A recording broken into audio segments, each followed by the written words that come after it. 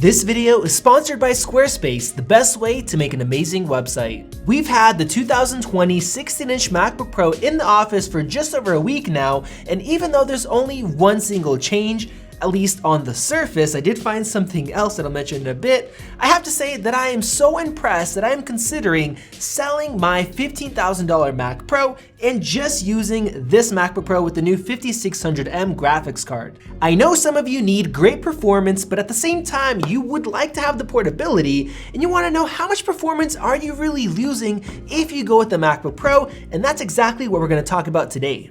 Now the Mac Pro is definitely more powerful. Mine has 192 gigabytes of RAM, a 12-core Xeon processor, and the super powerful Vega 2 GPU with 32 gigabytes of ultra-fast HBM2 memory. Now on top of that, I also have the Afterburner card installed, which accelerates ProRes and ProRes RAW, and this thing alone costs $2,000, but I'll talk about why many of you probably won't need it with this new MacBook Pro. The spec of my MacBook Pro costs $4,099, but realistically, you could buy the base 8-core model, which has pretty much the same real-world performance, to make it a flat $4,000. It has the 2.4 GHz 8-core i9 processor, the brand new AMD Radeon 5600M, and 32 gigabytes of RAM, which, yes, I know is a lot less than the 192 gigs on my Mac, but more on this in just a bit as well. I'm gonna get into the performance numbers, but first I want to point out the benefits of buying each one of these Macs.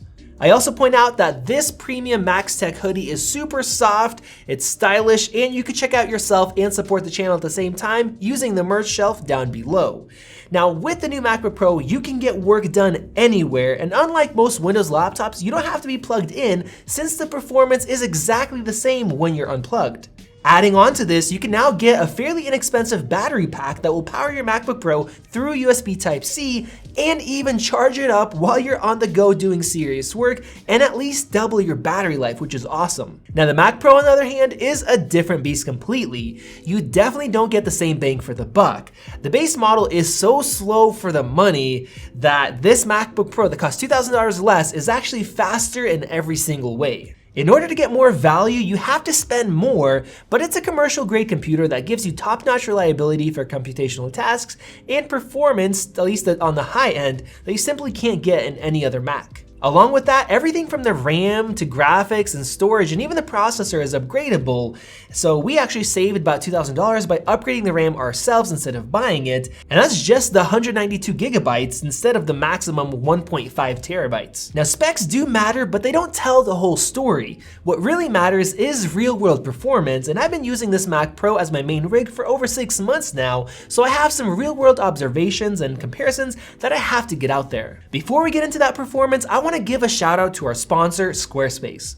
If you've been thinking about making your own website, now is the perfect time, and Squarespace is seriously the best way to go. You could build a great looking website like we did with literally no web making experience. It doesn't matter if you want a portfolio, a blog, e-commerce, or anything else, you just choose a template and customize blocks of text and images. It's incredibly simple, it's affordable, and ours have been running flawlessly for many years now, bringing in new clients thanks to its built-in SEO tools, which means that your website will actually be found online. Start your free 2-week trial with no credit card needed by going to squarespace.com/maxtech or by using our custom link below, and when you're ready to launch, save 10% off your first purchase of a website or a domain. Starting off with processor performance using Geekbench 5, the Mac Pro's processor is way faster. It only has 4 more cores, but a lot of this is because it's not thermally limited like the thin MacBook Pro. Now running Cinebench R20, which pushes all of the cores to their limits, like when you're transcoding footage or CPU rendering, the Mac Pro is once again much faster. On top of that, the Mac Pro stays cool and completely silent instead of ramping up and having loud fans. Now moving on to graphics performance with Geekbench 5's Metal Test, once again the Mac Pro is faster. In fact, it is more than twice as fast, but I want to point out that the new AMD 5600M graphics card is much faster than the previous one, so the difference is smaller than before. Taking a closer look at this graphics card, if you're just judging by the name, 5600M doesn't sound much faster than the 5500M, but when it actually comes to performance, we have 40 cores instead of 24, and now it's using HBM2 memory just like my Mac Pro, which is more than twice as fast. So overall, the Mac Pro has up to 200% more performance and has way more RAM, but does that actually stack up the same in real world use? To start off, I know that these machines aren't made for gaming, but I want to throw it in. Running Unity in Heaven, the Mac Pro is 50% faster, which is a good improvement, but not as much as we would expect. I also want to point out that this new MacBook Pro with the 5600M is actually faster for gaming than the best graphics card in the 5K iMac and the $5,000 iMac Pro, which is crazy. Now, if you're doing graphics rendering, I compared both using Blender Benchmark, and the Mac Pro took 16 minutes compared to 22 minutes with a MacBook. Another big difference, but not the 2 times difference that I expected, judging off of the metal test. Now, before we test photo editing in Lightroom Classic, let's get into video editing with Final Cut Pro. The Mac Pro finished the graphics-heavy Bruce X benchmark in just 6 seconds, which is crazy fast, but the new MacBook Pro took just 9 seconds, which really surprised me. The previous best 16-inch MacBook Pro takes 13 seconds, which was already a big improvement from before, but now this 2020 model is actually closer to the Mac Pro than the previous model. Testing 4K stabilization, the Mac Pro took just 4 seconds to stabilize a 20-second clip, but the MacBook Pro was just as fast. Now that seems absolutely crazy, and the only way that I can explain it is that there are other factors that are limiting it, and we're no longer being slowed down by the graphics card. Moving on to exporting a 5-minute 4K project with many effects using H.264 footage, which is the format that most YouTubers use, the MacBook Pro does take longer than the Mac Pro, but only by 32 seconds. This means that if you had a 20-minute project, that would only be a 2-minute difference, and as far as the actual editing experience and smoothness, I could not tell a difference. Running a similar test but using 8-bit H.265 footage or HEVC, the export speed is actually identical since they're both using the same exact T2 chip and the graphics cards aren't the limitations, even with multiple LUTs and color corrections and film grain applied. So this is just saying a lot for the MacBook Pro. Now I do want to add in that if you are stacking an insane amount of effects here, just putting a bunch of stuff on there, the Mac Pro will pull out ahead, but even for my toughest projects, it is really hard to tell a difference. Moving on to much heavier stuff like raw editing, working with crazy 8K Red RAW footage, the Mac Pro is faster but not by as much as I expected. This is because Final Cut is actually limited by the CPU. If we take a look at a program like DaVinci Resolve, the Mac Pro has a bigger lead here, and the same thing goes for C200 RAW footage, but I want to say that playing back this codec results in the same perfect performance even at 4K 60 with a LUT and other effects applied, and in the past this was never possible on a MacBook Pro, but now it is with this new much more powerful graphics card. That is because software is now getting more efficient and things are being moved to the graphics, which really helps because this Mac Pro has that 5600M, and people that may have needed a $10,000 to $15,000 Mac Pro 6 months ago may not need one anymore. To prove this point, I even played back some 8K ProRes RAW footage on an 8K timeline with effects, and it played back almost perfectly on this MacBook Pro without that $2,000 Afterburner card, which shocked me. Now the Mac Pro can actually do 3 streams of this 8K, but personally I have no need for that, and I think that most people don't either.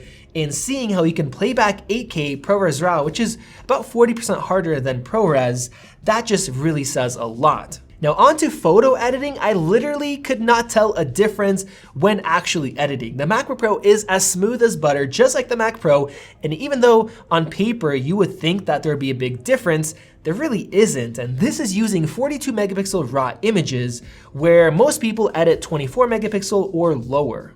Basically, we're at a point that this 8-core 5600M MacBook is so fast and the software is finally better optimized with the latest versions that you really don't need any better specs to get amazing performance.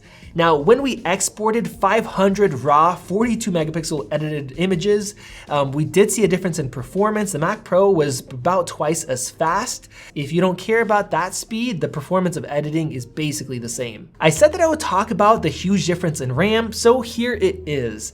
I honestly didn't notice a difference between the machines. In the last few versions of macOS, RAM usage is just getting more and more efficient, and even with 192 gigabytes of RAM in my Mac Pro, I have never seen it use more than 72 gigs. That's the most I've ever seen. And usually it's between 40 to 60 gigs. Now, if you know that you're gonna have multiple big programs open like After Effects and Premiere Pro and bunch of Chrome tabs, you might wanna go for the 64 gig option in the MacBook Pro for $400 more. But from what I could tell in monitoring my usage, even having large couple-hour projects in Final Cut, the sweet spot is 32 gigabytes of RAM. That's because macOS can compress what you're doing and save it to the ultra-fast SSDs and pull from there. So the actual experience, even with 32 gigs of RAM, is really good. Now, another thing I noticed is that the 2020 MacBook Pro seems to run a little bit cooler, which results in slightly higher CPU scores than last year with the same exact processor, which is a nice surprise. Overall, now that software is even more efficient and we have faster graphics in the MacBook, even less people need a Mac Pro, and that means you could save money and be mobile at the same time. Now, I still have to decide if I'm gonna sell my Mac Pro or not, but I know that if I didn't already own one and if it was there on my desk, I definitely would be buying the MacBook Pro over the Mac Pro, saving a bunch of money and being able to edit wherever I want to. Let me know your thoughts down in the comment section below. And if you want to score a great deal in MacBook Pro, we're gonna have some links in the video description. Once again, check out our merch. You guys can support the channel and get an awesome design like this. If you need a website, check out Squarespace. They are awesome. Click above to subscribe and we will see you in the next video.